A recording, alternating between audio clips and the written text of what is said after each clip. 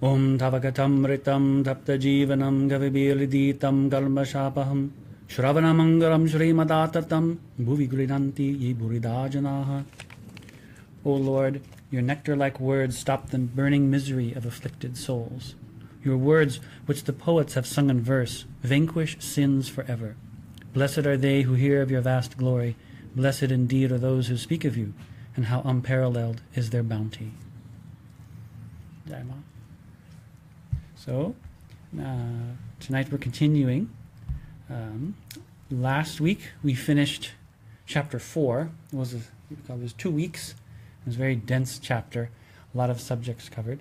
And it was a little different also because the preceding 2 chapters, chapter 2 and chapter 3, were big groups, first on the steamship, and then at the Sinti Brahmo Samaj, these were large groups. Thakur was in public. And then in chapter 4, we came back to Thakur's room at Dakshineswar. So a very intimate, small group. Vijay Krishna Goswami was there, and a lot of intense subjects. It was a bit of a long chapter. Tonight, chapter 5 is very short. We'll finish chapter 5 tonight and even start the first section of chapter 6.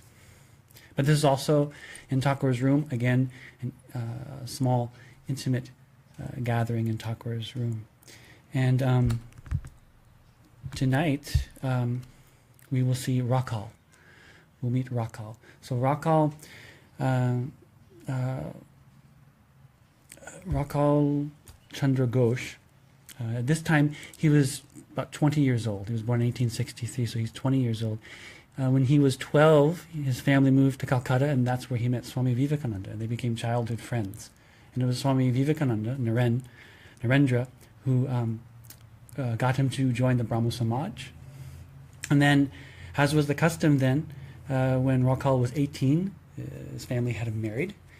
And his wife, Vishweshwari, her brother, so Swami Rakal's brother-in-law was Manamohan Mitra, who was a great devotee of Thakur. And it was Manamohan Mitra who took him to see Sri Ramakrishna for the first time. And just before Rakal met Sri Ramakrishna had a vision. And in the vision, Ma Kali showed him a little boy. He says, "This is your son. He will be your son." And he didn't know what to make of it. And then later, when Rakal entered his room, he recognized Rakal as the boy in his vision. And so from that point onward, Rakal became Sri Ramakrishna's spiritual son. And Sri Ramakrishna treated him in a very motherly way as his son. And we'll see that very nicely tonight. Rakal eventually became the first president. He eventually took sannyas, became Swami Brahmananda, and became the first president of the Ramakrishna order. And maintained his very, very close and devoted relationship with Swami Vivekananda throughout their lives. And Swami Vivekananda thought he was such a very good administrator and has such kingly attributes that he nicknamed him Raja, king. And so he's known in the Ramakrishna order as Raja Maharaj. But he was not a normal person. None of Thakur's disciples were normal people. They're very unique beings. And Thakur will even allude to that tonight, that he's considered one of the ever-free. Remember, from the last chapter, I think it was 2 weeks ago, Thakur is talking about the fisherman's net. And when the net is cast, most of the fish get caught in the net of Maya. But some fish are smart, and they never get caught. Those are the ever-free, the Nitya Siddhas, the ever-perfect. So Sri Ramakrishna said, these boys, Narendra, Rakal, they're the ever-free. They're never caught to begin with. So we'll start chapter 5. Chapter 5, conversation with respected Amrita, respected Trailokya, and other Brahmo devotees at the Dakshineswar Kali temple. Section 1, in the temple of Samadhi. The 5th day of the waning moon of Falgun, Thursday, the 16th of Chaitra, the 29th of March, 1883, according to the English Christian calendar. So there's the 5th day of Falgun and the 16th of Chaitra. So M hasn't done this before. He's giving the lunar calendar, but he's giving the lunar calendar as it's calculated. There's 2 methods of calculating the lunar calendar, by starting each month on the new moon or starting each month on the full moon. So he's giving both. This is the first time he's given all possible information about when this is. So the 29th of March, 1883, according to the English calendar. After the midday meal, Bhagavan Sri Ramakrishna is taking a little rest in that now familiar room at Kali's home in Dakshineswar. Facing west is the Ganga of the month of Chaitra. At 2 o'clock, the flood tide started to arrive. Some of the devotees have come. Among them are the Brahmo devotees, respected Amrita, and then the sweet-voiced respected Trailokya, who on so many occasions at Keshav's Brahmo Samaj has captivated the hearts of young and old alike by singing the glories of the divine play. Rakal is ill. Sri Ramakrishna is telling the devotees about this. Sri Ramakrishna, look here, Rakal's sick. So is it good if he drinks soda water? What's going to happen, Bapu? Rakal, eat the Jagannath Prasad. As he was saying these words, Thakur became absorbed in a marvelous mood. It seemed, without a doubt, that Narayana himself had come, taking the body of a little boy in the form of Rakal. On this side is the Kamini Kanchan, lust and greed renouncing, pure-souled boy devotee, Rakal. And on the other side are those loving eyes of Sri Ramakrishna, who is ever drunk with love for God. How effortless was the dawning of this mood of motherly affection, Vatsalya Bhava. He began to see the boy Rakal through this Vatsalya Bhav, and immersed in love started uttering the name Govinda, Govinda, the same Bhav that would dawn in Yashoda upon seeing Sri Krishna. As the devotees are witnessing this marvelous scene, everyone is still. Uttering the name Govinda, Thakur Sri Ramakrishna, the incarnation of devotion, has gone into Samadhi. The body is still, like in a picture, as if the senses have dismissed themselves from their duties and gone away. His gaze is fixed upon the tip of his nose. Is his breathing flowing or not flowing? Only his body is left in this world. The bird of his soul is, no doubt, soaring in the sky of consciousness. He who just a short while ago had been fretting like a mother for her son, where is he now? Is this marvelous inner bhav called Samadhi? At this time, an unknown Bengali, wearing Garawa cloth, arrived and took his seat. So that right there is the whole section. And Haley Goswami painted a beautiful picture of this scene. He's saying, M is saying that it's like, so Thakur is trying to feed the Jagannath Prasad to Rakal, and so but in the mood of Yashoda feeding Krishna. So in the painting, Haley has it to where you see Sri Ramakrishna feeding Rakhal, but then on the wall behind them, their shadow is Yashoda feeding Gopal, baby Krishna. It's very, very sweet. Very sweet scene.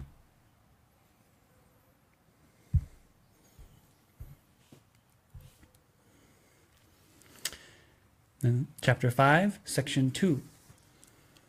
And it starts with a Gita verse from the Gita, chapter 3, verse 6. The one who, restraining the organs of action, sits thinking of the sense objects in the mind, that one of deluded understanding is called a hypocrite. The Garwa cloth and the sannyasin. Even in acting, dishonesty is not good. Paramahamsadev's samadhi gradually started to break. Still in the state of ecstasy, he is speaking. He's talking to himself, Sri Ramakrishna, at the sight of the Garwa. This is this colored cloth of a sannyasin. At the sight of the Garwa. And then, why Garwa? What's the use of just putting on a piece of cloth? Laughter. Thakur continues. Someone said, I put down the chandi and took up the dak. Before, he'd chant hymns from the chandi, now he plays the dak. So the dak is the big drum that we have there, played on special occasions, big drum with the sticks. And usually, mostly, during Durga Puja, Navaratri in Calcutta, all these Durga Pujas are going on, Durga Puja, all these things are happening all the time, all at once. You have Durga Puja going on, the puja is happening, and then someone is sitting chanting hymns from the chandi, often chanting the entire chandi, all 700 verses, the Devi Mahatmya, the prime text for mother worshippers. So all that's going on, and then outside you have the dak player playing during arati or during all these things, playing the drum, playing these incredibly elaborate rhythms. And of course, so he's saying that this person used to be chanting the holy mantras and meditating on the holy scenes. Now he's just banging on the drum. That's why people are laughing. So before he'd chant hymns from the chandi, now he plays the dak. Everyone laughs. Renunciation is of 3 or 4 types. Burned by the fire of the world, someone put on the Garwa cloth. This renunciation doesn't last very long. Perhaps someone didn't have a job and put on Garwa and went off to Kashi, Benares. After 3 months, a letter came home. I've got a job. I'll come home in a few days. None of you worry. And then there's someone who has everything, lacks nothing, but doesn't enjoy anything. All alone, they weep for God. That renunciation is genuine renunciation. Thakur continues. Dishonesty of any kind isn't good. Dishonest dress isn't good. So the word mita bhik. So bhik means like the dress of a renunciant, but it also means, by extension, renunciation. So it means both. So he's saying both dishonest dress or dishonest renunciation, i.e., as the Gita verse said, being a hypocrite. Dishonest dress isn't good. If the mind isn't the same as the dress, then gradually there's utter ruin. By speaking or acting dishonestly, gradually you lose your fear of the consequences. Wearing white cloth is better than that. Attachments in the mind, even fall downs now and then, and Garwa cloth on the outside, very frightening. Visiting Keshav's house and seeing New Vrindavan. Thakur continues, for those who are honest, dishonest words or work aren't good, not even in a theater performance. I went to see New Vrindavan at Keshav Sen's place. Someone brought out a cross and then began sprinkling water, calling it the water of peace. I see someone's pretending to be a drunk person, acting intoxicated. A Brahmo devotee. It was K. Babu. And I love that little detail. So like, here's the Brahmo devotee, he just has to put, oh, it was K. Babu. It was all the gossip still has to, little detail, but really brings it home to light. It was K. Babu, Sri Ramakrishna. For a devotee, even pretending like that isn't good. It's wrong to keep the mind focused on all those subjects for a long time. The mind is cloth from the laundry room. It's dyed in the color you dip it in. If it's kept for a long time in lies, it takes on the color of lies. Another day I'd gone to see Nimai Sannyas at Keshav's house. A few of Keshav's disciples spoiled it. One of them told Keshab, "You are the Chaitanya of Kali Yuga." And then Keshab pointed to me and said, "Then who's he?" I said, "I'm the servant of your servants, dust of the dust." Keshab had a desire for fame. Narendra and the others are Nitya Siddhas. Their devotion is inborn. To Amrita and Trailokya, Narendra, Rakal, and the rest, all these boys, they're eternally perfect, Nitya Siddha. Birth after birth, they're God's devotees. Most people get a little devotion after repeated spiritual disciplines. But these boys have love of God from birth. It's like a Shiva Lingam jutting out of the depths of the earth, not an installed Shiva Lingam. So you can make a Shiva Lingam, carve a Shiva Lingam, but then there's Swayambhu Shiva Lingams, naturally forming Shiva Lingams. And so he's saying that these boys are like naturally forming. Probably the most famous naturally formed is Amarnath in Kashmir. And a year ago in July, Ushama went on pilgrimage to Kashmir and saw in the cave the giant ice lingam, Shiva there. And if you go on Kali Mandir's website and check on the blog page, you can see her wonderful article with beautiful pictures and a wonderful description of that yatra. It feels like you're there. It's really beautiful. So Thakur is saying that these boys are like those naturally forming Shiva Lingams. They're not created, they're natural, innate. So the Nitya Siddhas are in a class by themselves. Not all birds have curved beaks. They never become attached to the world. They're like Prahlad. Normal people perform spiritual disciplines and practice devotion to God. But then they're also attached to the world, captivated by kamani kanchan. Like a fly that sits on a flower, sits on a sandesh, and then also sits on excrement. Everyone is stunned. The Nitya Siddha is like a bee that only sits on a flower and drinks honey. Someone who's eternally perfect drinks the nectar of hari and doesn't go towards the nectar of worldly enjoyments. Thakur continues. Their devotion isn't like the devotion of those who performed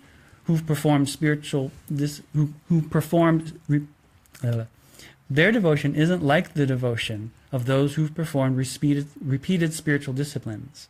This much mantra repetition, this much meditation has to be done, this type of worship has to be done. All of this is rule-based, vidhi badhya devotion. It's like having to zigzag along the ridges in order to cross the paddy fields while the rice is growing. Or it's like having to zigzag along a winding river when going to a nearby village.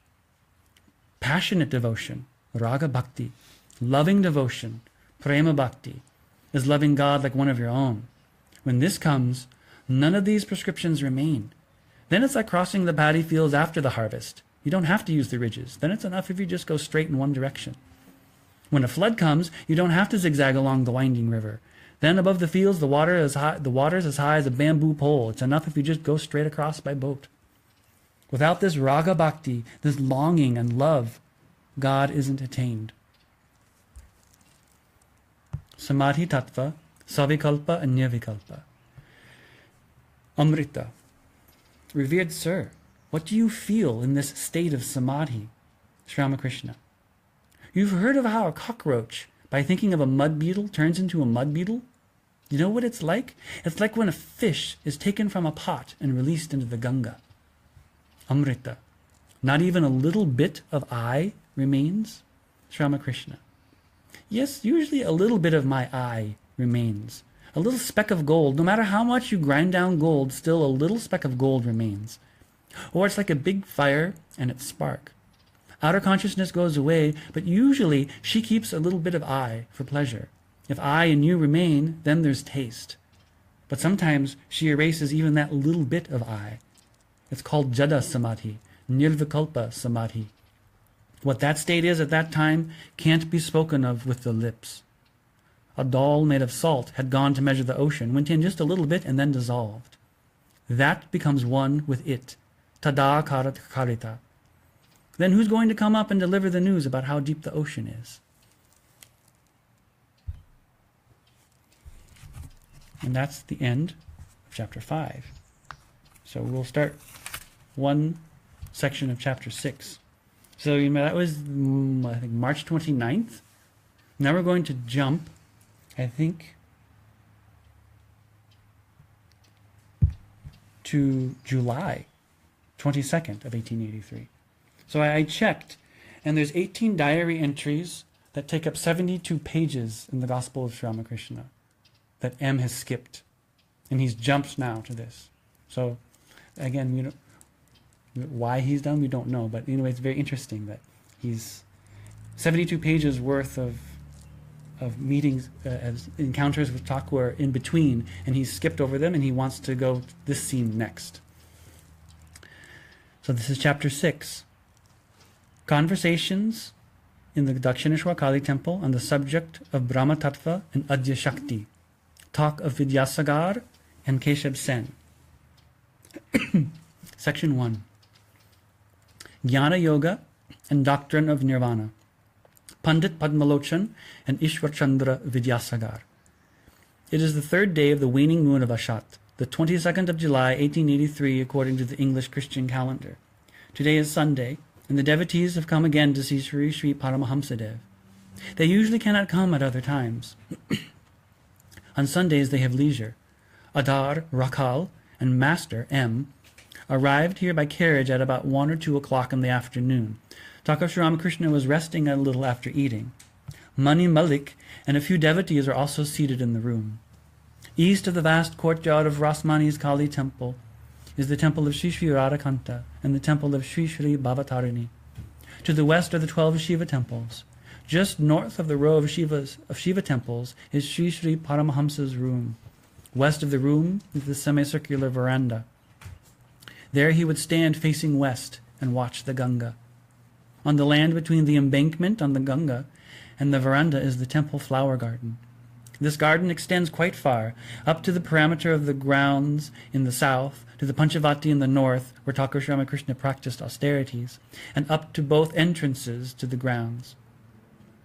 Alongside Paramahamsadev's room are 1 or 2 royal poinciana trees, Krishnachura.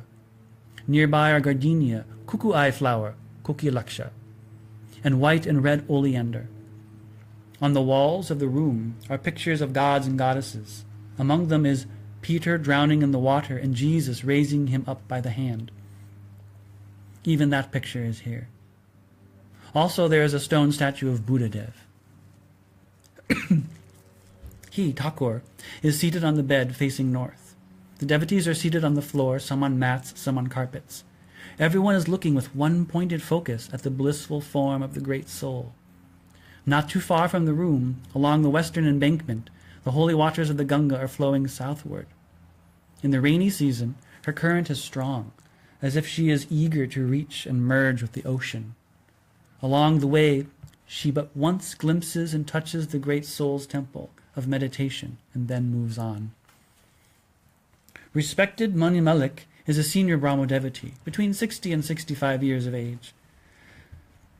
Some days earlier, he had gone to see Kashidham, Varanasi.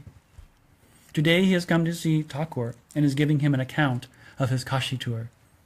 Mani Malik: I saw another sadhu. He said, nothing will happen without controlling the senses. Just chanting God, God, what's the use? Sri Ramakrishna: do you know what they're like? First, you need to perform spiritual disciplines. You need to have control of the mind, shama, control of the senses, dhamma, and forbearance, titiksha. They're trying to achieve nirvana. They're Vedantists, and they only reason. Brahman is truth. The world is a lie. It's a very hard path. If the world is a lie, then you too are a lie. The one talking is also a lie, and even their words are like a dream. That's a really long way off. Do you know what it's like? Like when you burn camphor and no residue remains. If you burn wood, then ash remains. After the end of reasoning, there's samadhi. Then I and you and the universe, none of this information matters anymore. Visit with Pandits Padmalochan and Vidyasagar. Thakur continues. Padmalochan was very knowledgeable, and even though I'd chant Ma, Ma, still he had great respect for me. Padmalochan was the court scholar for the king of Burdwan. He came to Calcutta and stayed in a garden house near Kamarhati. I had a desire to see a scholar. I sent Hridoy to find out whether or not he was arrogant. I heard that the scholar wasn't arrogant. He met with me. Such knowledge and scholarship, yet he wept when he heard me sing Ramprasad's songs.